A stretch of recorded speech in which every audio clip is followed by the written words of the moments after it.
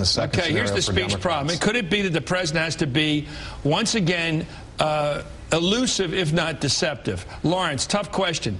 Might he have to bait and switch?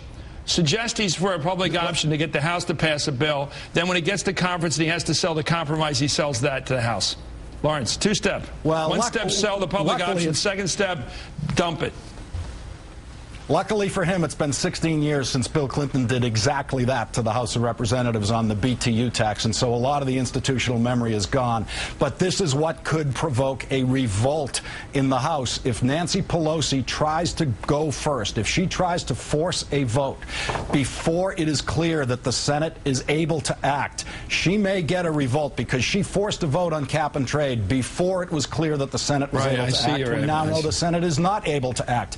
And so last time around, when the Clinton bill was trying to get through, the House said, we will not vote until we see the Senate vote.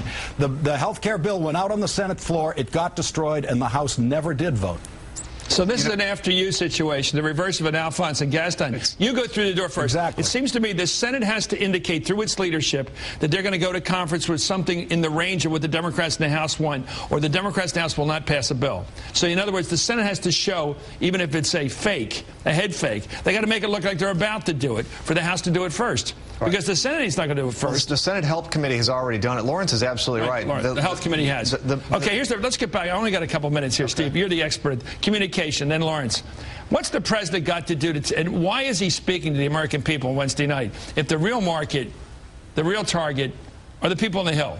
I think it's about the Obama brand. He basically has to lift this thing up and he has to take it to a different plane. He has to make a moral case. He has to explain to people who have insurance why it's good for them. And I think he has to basically be willing to triangulate both the left and the right so that he can protect his brand. And that's the best thing for the Democratic Party. What do you mean protect his brand? Well, his brand is he's the guy who was going to change the tone. He was going to rise above politics and bring people together. We're right back now where we were a year ago. His approval ratings show it. The partisanship in the country shows it. He needs to lift this thing up, and I think that's what he's going to do. It's hard, though, because, Lawrence, you can bet that, well, I'm going to propose something to you. He has to say a couple of things at the beginning of this speech Wednesday night that everybody in that chamber can agree on. We have a good health care situation in the country in terms of research, in terms of teaching hospitals, all good stuff. We just got to get more distribution and more fairness. He's got to say something, doesn't he, to get the Republicans to applaud a couple of times, or else the middle won't go with him.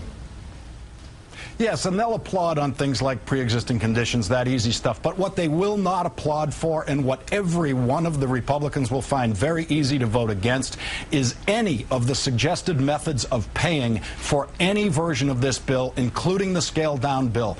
Once they kill the public option, as the Republicans probably will in the Senate, you're then going to see the attack on the employer mandate. You're then going to see the attack on the new tax regimen, 3 new personal income top brackets that don't currently exist, an 8% tax on business that don't provide health insurance. Wait till we get to the tax argument. That's going to make the public option argument look tiny compared to what the Republicans do with the tax argument. We're not even there yet.